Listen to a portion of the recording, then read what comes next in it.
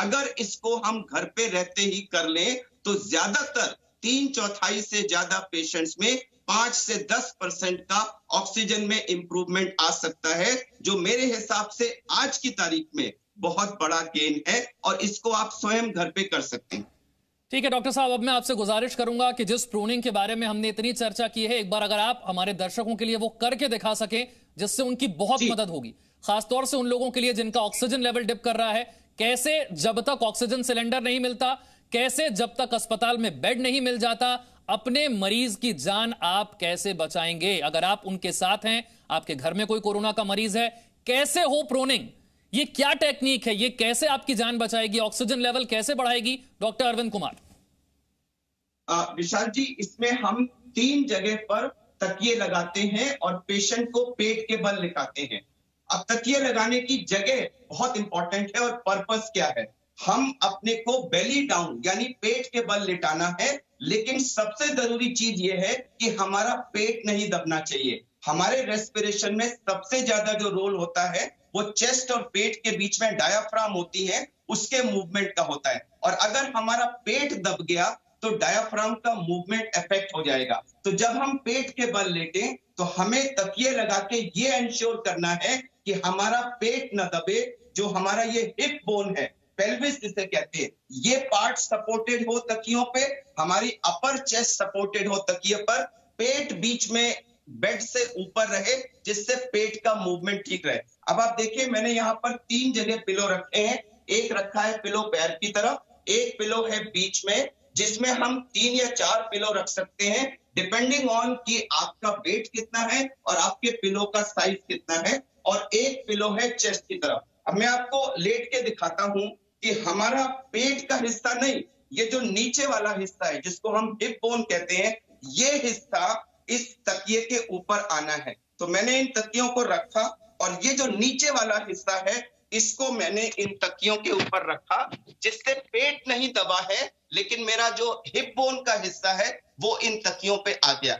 अब मैंने ये चेस्ट वाला तकिया लिया और इस तकिए को अपनी चेस्ट, जो अपर चेस्ट है, इसके नीचे रखा।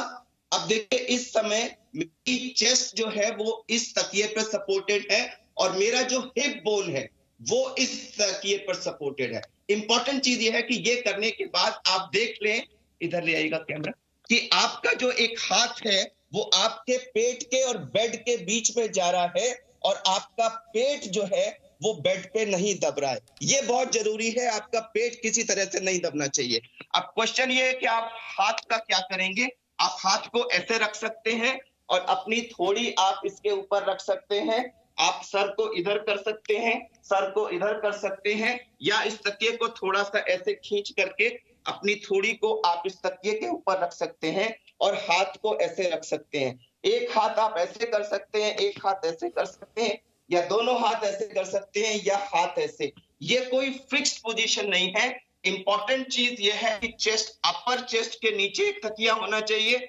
आपकी हिप बोन वाले एरिया में काफी तकिए हों, जिससे आपका पेट जो है वो बेड पे किसी कीमत पे ना दबे, और एक तकिया पैर की तरफ है जिसपे हमारे पैर है। अब इस पोजीशन में हम लेट जाते हैं, अपने को कंफर्टेबल करते हैं। अगर आपने पल्स ऑक्सीमीटर लगा के किया है तो आधे घंटे के अंदर 5 से 10% का इंप्रूवमेंट आ जाएगा। हम ये रिकमेंड करते हैं कि इसमें आप अपनी आइडियल पोजीशन देख लें जिसमें आपको कंफर्टेबल लगे। 2-3 घंटे आप इस पोजीशन में लेटिए, उसके बाद फिर आप लैटरल पोजीशन में आ सकते हैं। मैंने ये तकिए हटा दिए, ये तकिया भी हटा दिया, और अब मैं लेफ्ट लैटरल पोजीशन में आ गया, यानी मेरी लेफ्ट साइड नीचे है और हाथ मैंने अपने एक कंफर्टेबल पोजीशन में रख लिए। अब 2 घंटे के लिए मैं लेफ्ट लैटरल पोजीशन में लेटा रहूं, थोड़ा बहुत आगे पीछे हो सकता हूं। उसके बाद मुझे राइट लैटरल पोजीशन में चले जाना है। मैं अपनी राइट साइड डाउन पोजीशन में आ गया और मैंने ये तकिया यहां लगा लिया और मैं राइट लैटरल पोजीशन में आ गया। तो 2-3 घंटे में बेली डाउन लेटा, 2-3 घंटे में लेफ्ट लैटरल में लेटा, अब मैं राइट लैटरल में लेटा हूं। उसके बाद मैं धीरे धीरे उठ के बैठ सकता हूं। ऐसे करके मैं बैठ गया और बैठ करके मैं थोड़ी सी चेस्ट की एक्सरसाइजेस कर सकता हूं। मुंह खोलिए, मुंह खोल के ऐसे गहरा सांस खींचिए और खींच करके उसको जितनी देर आप रोक सकते हैं रोक लीजिए। इस बीच में आप चेस्ट को मूव करिए, शोल्डर्स को मूव करिए, थोड़ा चेस्ट को ऐसे करिए, थोड़ा लेफ्ट राइट मूवमेंट करिए। कई बार अगर ऐसे बैठने में दिक्कत हो तो हम लोग कार्डियक पेशेंट्स में यूज करते हैं, आप एक छोटा सा स्टूल रख करके उस पे पिलो रख करके आप ऐसे सपोर्ट लेकर भी बैठ सकते हैं, या आप लेट भी सकते हैं और लेटे लेटे भी आप ये एक्सरसाइज अपने कर सकते हैं। तो 2 घंटे हम बेली डाउन लेटे, 2 घंटे हम लेफ्ट लैटरल में लेटे, 2 घंटे हम राइट लैटरल में लेटे, और 1-2 घंटे हम या तो बैठे या लेटे सीधा बैक के बल, और या फिर हम ऐसे सपोर्ट लेके बैठ सकते हैं। तो ये करने से हमारे लंग्स के अंदर जो ब्लड सप्लाई है वो सारी रीएडजस्ट होती रहती है, और वेंटिलेशन परफ्यूजन का जो मिसमैच है वो मिनिमम होता है, जिससे ऑक्सीजनेशन आइडियल होने की संभावना होती है। किन लोगों को ये नहीं करना है, ये बहुत इंपॉर्टेंट है। गर्भवती महिलाएं हरगिज ना करें। जो लोग बहुत ओबीज हैं, जिनका पेट बहुत आगे है, वो उनका पेट दबेगा, तो वो ना करें। जो हार्ट फेलियर के पेशेंट्स हैं वो ना करें। जिनको कोई स्पाइन की, बैक की प्रॉब्लम है, प्रोलैप्स डिस्क जैसी प्रॉब्लम है, या बैक का ऑपरेशन हो चुका है, या जिनका हिप बोन का या थाई की बोन का कोई फ्रैक्चर हुआ है, या उसका ऑपरेशन वगैरह हुआ है, प्लेट वगैरह पड़ी है, तो वो लोग इस पोजीशन को ना इस्तेमाल करें, और खाना खाने के तुरंत बाद भी ये ना करें। तो इन लोगों को छोड़ के बाकी लोग अगर इस पोजीशन में लेटे 2 घंटे 2-3 घंटे belly down, right lateral, left lateral, अपने बैक पे लेटे, थोड़ी देर बैठे, स्टूल पे लेकर के ऐसे सपोर्ट कर लिया, बीच बीच में थोड़ा सा चेस्ट को ऐसे टैप कर लीजिए। अगर आपको बहुत खांसी आ रही है तो आप नेबुलाइजर ले लीजिए, उसमें कोई स्टेरॉइड सोल्यूशन डाल के उसको नेबुलाइज कर ले दिन में 3-4 बार, और बीच बीच में अपने चेस्ट का मूवमेंट करते रहे। जब भी संभव हो तो गहरा सांस खींच करके थोड़ी देर उसको रोकने की कोशिश करिए। इससे आपके लंग्स के एल्वेलाई पूरे के पूरे फैल जाते हैं और लंग का रिक्रूटमेंट हो जाता है। ये कोई रामबाण नहीं है, लेकिन इन छोटी छोटी चीजों से आपको 5-10% इंप्रूवमेंट जरूर मिलेगा, और एक सेगमेंट, 1% ऑफ पेशेंट्स ऐसा होगा जो शायद ऑक्सीजन की रिक्वायरमेंट हो जाती, लेकिन इतना मात्र करने से उनका ऑक्सीजनेशन अगर 93-94 के आसपास आ गया तो उनको ऑक्सीजन की जरूरत ना पड़े।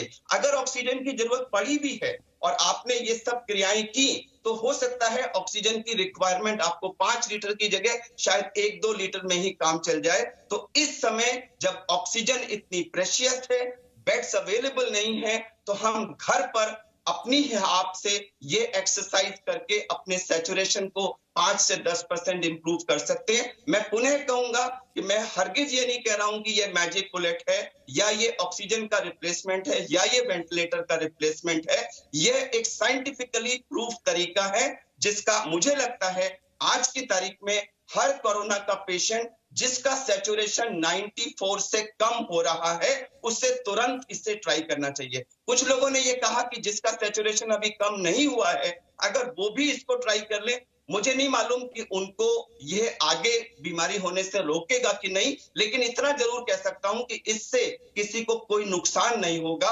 हो सकता है आपकी आने वाली जो ये ऑक्सीजन की प्रॉब्लम थी वो रुक जाए, लेकिन कोई नुकसान नहीं होगा। तो मेरे ख्याल से वो सब लोग जिनको कोई भी ऑक्सीजन की प्रॉब्लम हो रही है कोरोना की वजह से, उनको ये 2-2 घंटे की साइकिल का, सेल्फ प्रोनिंग का पूरा अपना सदुपयोग करना चाहिए। विशाल जी। डॉक्टर अरविंद कुमार, जब आप जैसे एक्सपर्ट्स इतने आसान तरीके से, इतने आसान शब्दों में इतनी महत्वपूर्ण चीज बता रहे हैं, तो हमें पूरा यकीन है कि संक्रमण काल में सही जानकारी अगर लोगों तक पहुंच जाए तो बहुत लोगों की जान बच सकती है। और आज आपने जी न्यूज के माध्यम से हमारे दर्शकों तक यही करने का काम किया। बहुत बहुत शुक्रिया सर आपका। आपने इतने अच्छे तरीके से समझाया कि संक्रमण काल में जब ऑक्सीजन लेवल डिप कर रहा है, ऑक्सीजन सिलेंडर नहीं मिल रहे, अस्पतालों में बेड नहीं मिल रहे, अपने मरीज की जान आप कैसे बचा सकते हैं। अपनी जान, अपनों की जान बचाने के लिए ये एक छोटा सा तरीका जो आज आपको डॉक्टर अरविंद कुमार ने करके दिखाया है। एक छोटा सा ब्रेक यहां पर ले रहे हैं।